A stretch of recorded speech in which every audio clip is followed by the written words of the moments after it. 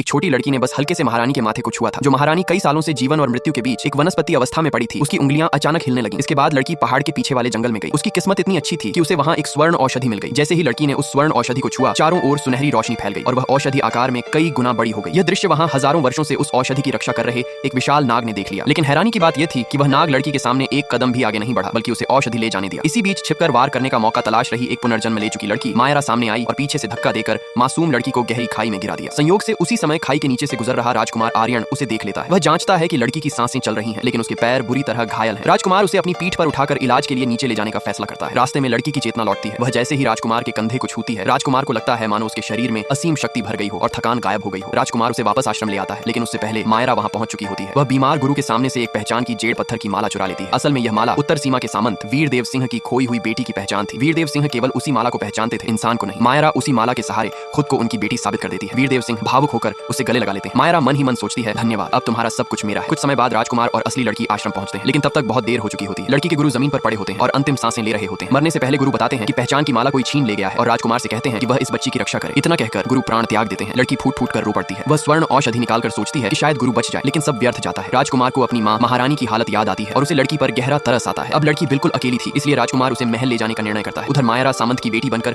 उस हवेली में पहुंचती है जो असल में उस मासूम लड़की का घर था। मां उसे गले लगाती है, लेकिन बड़ा भाई शक में पड़ जाता है। वह कहता है, पिताजी कहीं आप गलत लड़की तो नहीं ले आए? मेरी बहन की आंखें बड़ी और दूर दूर थी, लेकिन इसकी आंखें वैसी नहीं है। मां भी थोड़ी हिचकिचाती है, लेकिन पिता माला देखकर अडिग रहते हैं। वे कहते हैं कि इतने सालों में बच्चे का रूप बदल जाना स्वाभाविक है। मायरा भाई को खुश करने की कोशिश करती है, लेकिन वह उसे धक्का दे देता है। गुस्से में पिता बेटे को सजा दे देते हैं। मां मायरा को एक साधारण सी हेयर पिन देती है, लेकिन मायरा उसे तुच्छ समझती है, क्योंकि पिछले जीवन में असली बेटी का स्वागत बड़े शान शौकत से हुआ था। उधर महल में राजकुमार को राजा डांट रहे होते हैं। लड़की उसे ढूंढते हुए भटक जाती है और गलती से राजा के सामने पहुंच जाती है। जब सच्चाई सामने आती है तो राजा को अपने बेटे पर गर्व होता है। राजकुमार की सजा माफ कर दी जाती है।